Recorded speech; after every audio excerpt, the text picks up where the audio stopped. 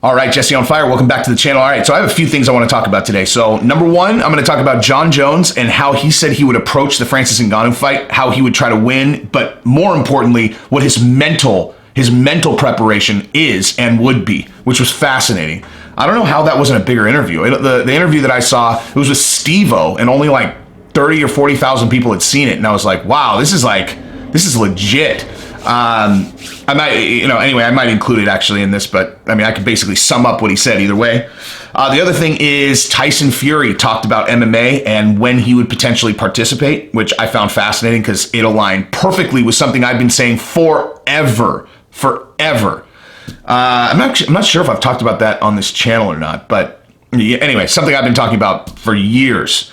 And then last, I wanted to talk about Jan versus Aldo, because man, I'm fired up for that fight now. I watched a bunch of Peter Yan fights, and man, that guy is a monster, dude. A monster. I think Aldo at 135 versus this guy is going to be such a sick fight. But and then I'm going to talk about some changes that I'm going to make to the channel. As a matter of fact, I'll start right there.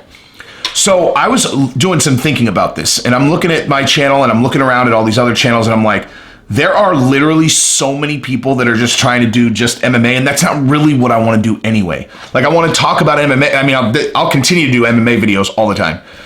But my brand is not really just doing MMA, and that's not what it was on TikTok, and that's not what I intended it to be here. And really what happened was I posted a few videos that were a little bit off, and then it's irrelevant, okay? Like, people are just going to have to roll with it or just choose which videos they want to watch or whatever, because I have opinions on everything, okay? And if you think that my insights in MMA are interesting, then I can promise you're going to think the same about anything that I talk about, right?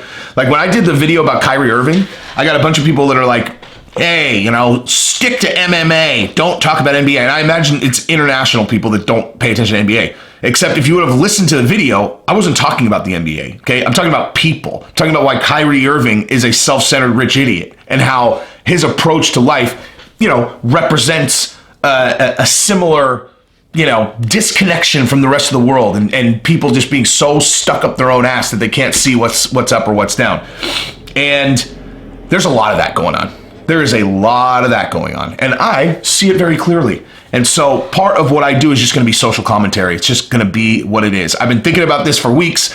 Mixed Molly did a video on Patreon about Chris D'Elia, and I was just like, yes, okay, this is what I'm doing. Like, this is exactly what I'm talking about. And by the way, the Mixed Molly Chris D'Elia video is hilarious. If you guys aren't Patreons of his, I would suggest you guys get on there. But yeah, so that's happening. So deal with it or don't. I promise the content will be exactly the same, except just we're gonna, we'll talk about MMA, and then I'm gonna talk about some celebrity asshole who said something really stupid and why that can affect society in a negative way, etc.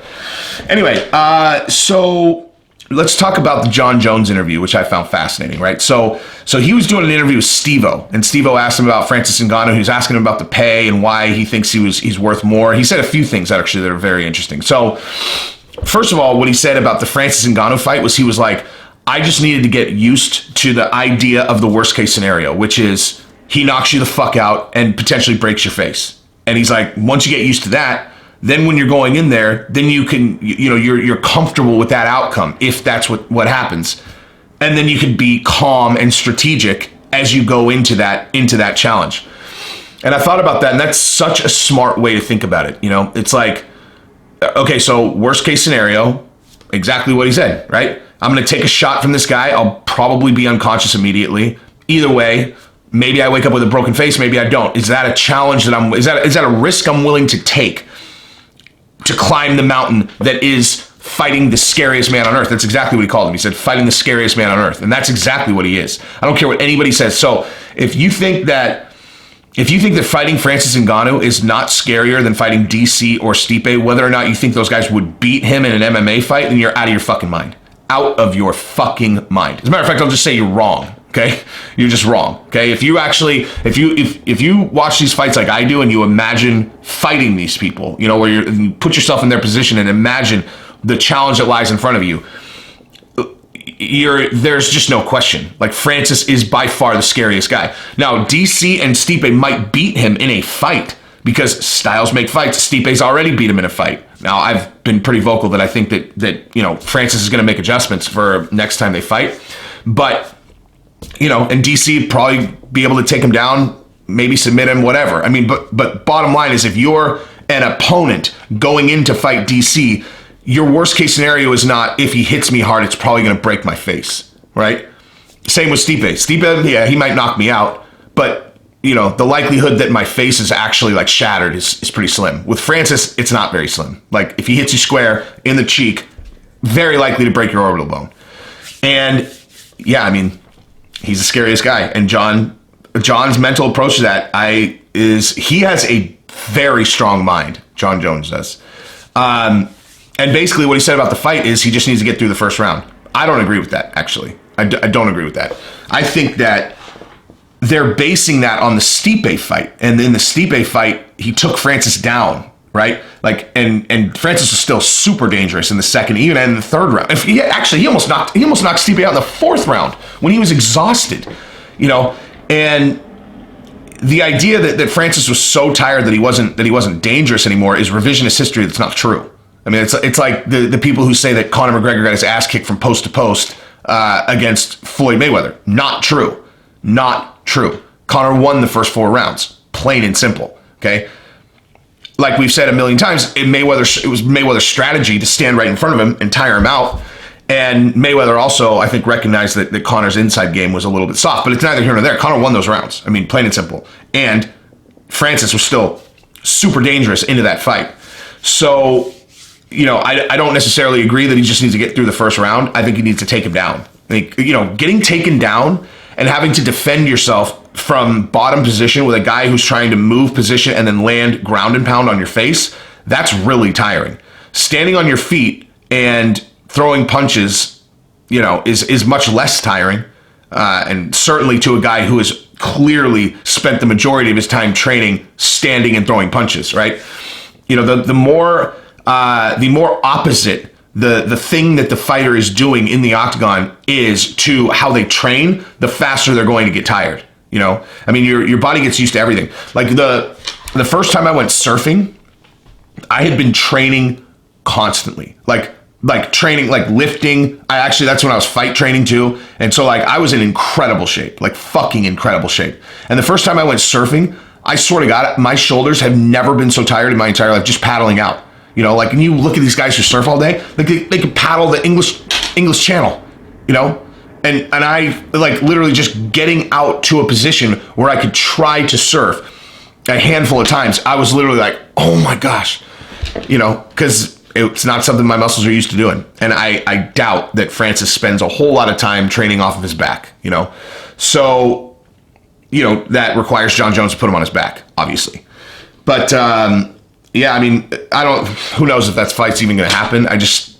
Anything that's requiring more money from the UFC in the current climate, I don't know. I think they're still playing catch up. I think in a month or two it might change where they're not just like, okay, let's put these fights together. I mean, they offered Masvidal more money, so obviously they want the good fights. But I think that they're also taking advantage of the fact that there's no other sports.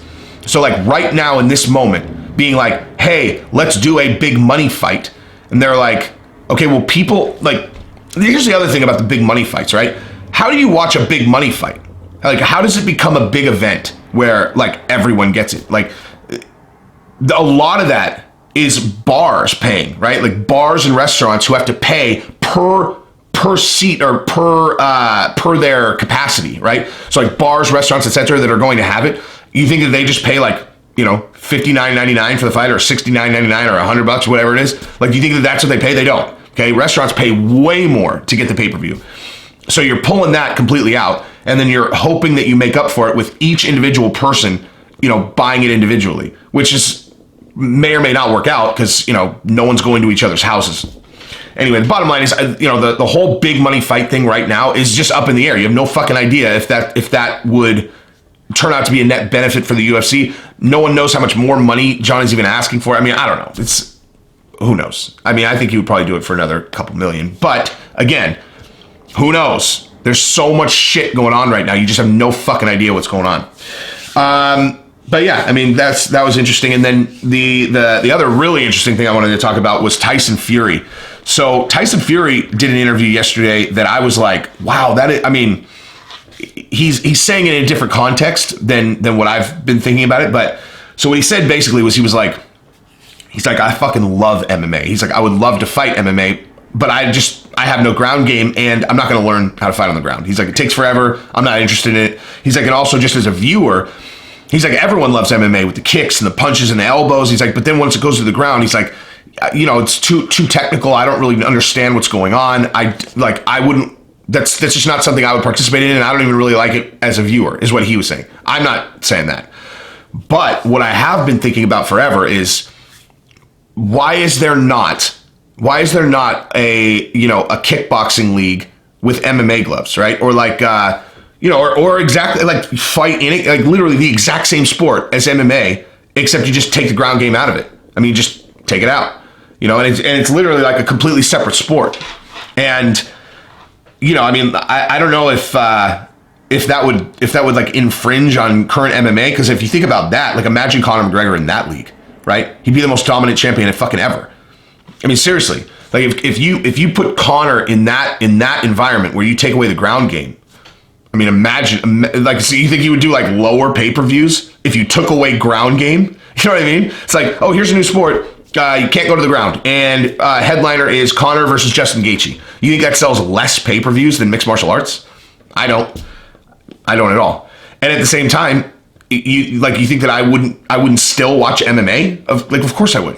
Of course I would. It just seems like a missed opportunity or something. Like, because now there are so many fighters. Like,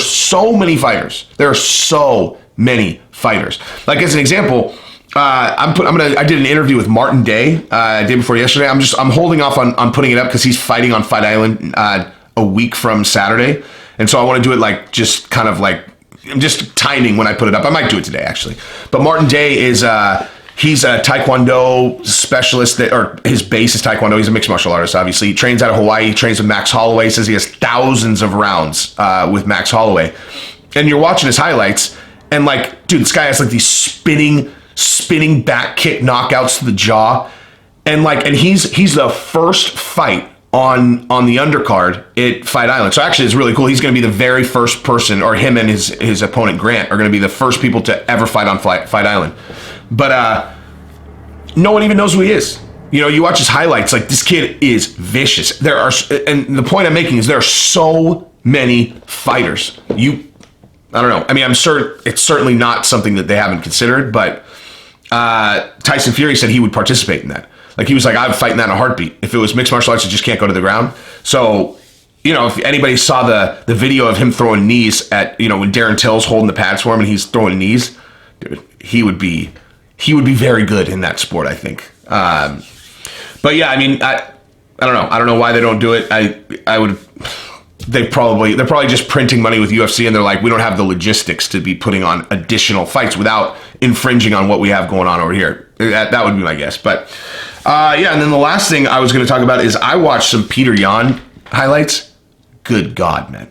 This guy is a monster, okay? A monster. He's going to, and against Jose Aldo, if Jose Aldo fights like he did against Marlon Moraes, this is going to be such a good fight, dude. This is going to be such a good fight. It's going to be a stand-up war. It's not going to go to the ground. They're going to stand and bang. They're going to try to knock each other out. It is going to be fucking unreal.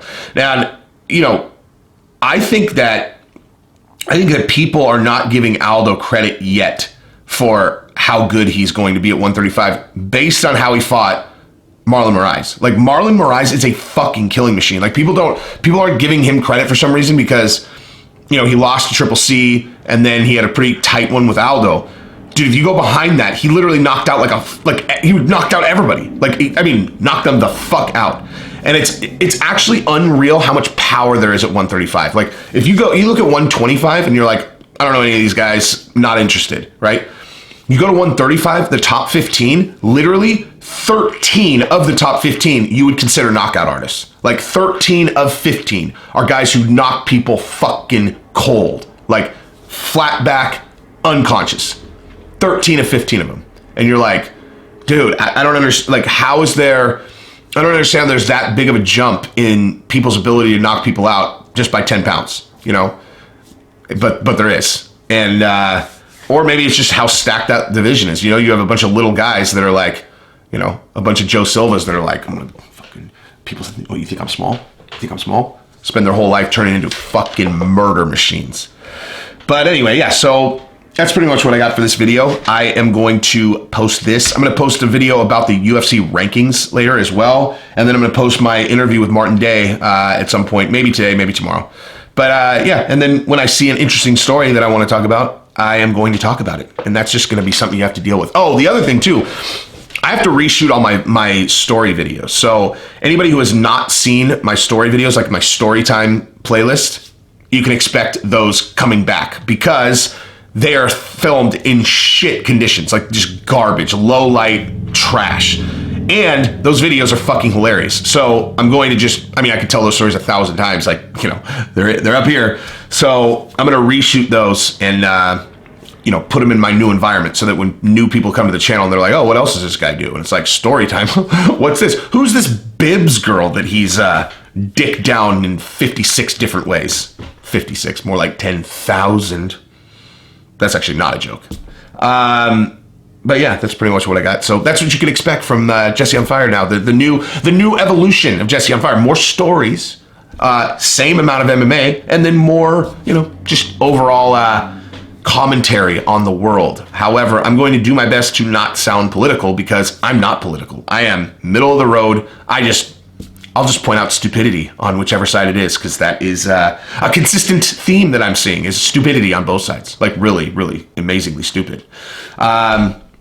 I could talk about COVID. Maybe I could do a video later about how disconnected the new statistics are to the protests, which is so bizarre to me, where it's like, I mean, I'll give you a preview right now. It's like these states the media is going so out of their way to not tie the COVID spike to the protests, when at the same time the new spike is like the spike is all young people. It's like all young people, and you're like, okay, so we reopened the bars and restaurants like 2 months ago or whatever it is, like, you know, 6 weeks ago, and then we had the protests, and then now is the spike like 2 weeks later, and you're like, what's the incubation period? Oh, like 2 weeks. Oh, and they're like, it has nothing to do with the protests. That was important. That was really important that we, you know, the protests were important. It's like, well, no one's saying they weren't important, but like, can we just talk about objective reality? Can we just say, like, the protests led to a spike in COVID cases? Like, you know what I mean? Like, I don't understand. Like, are we like, you know, are we shitting on the memory of George Floyd by just stating objective, like, likely truths that are like a bunch of people went in the street and went crazy, and now there's a bunch of COVID cases that are related to that? Like, what does that have to do with Black Lives Matter or any social justice at all? It's just like, it's just common sense. So pretending like they are unrelated is just weird. You're like, I don't understand. I might even edit this out and just make it a separate video. But yeah, that is what I got. So subscribe to the channel, ring the bell. Love you guys. Peace.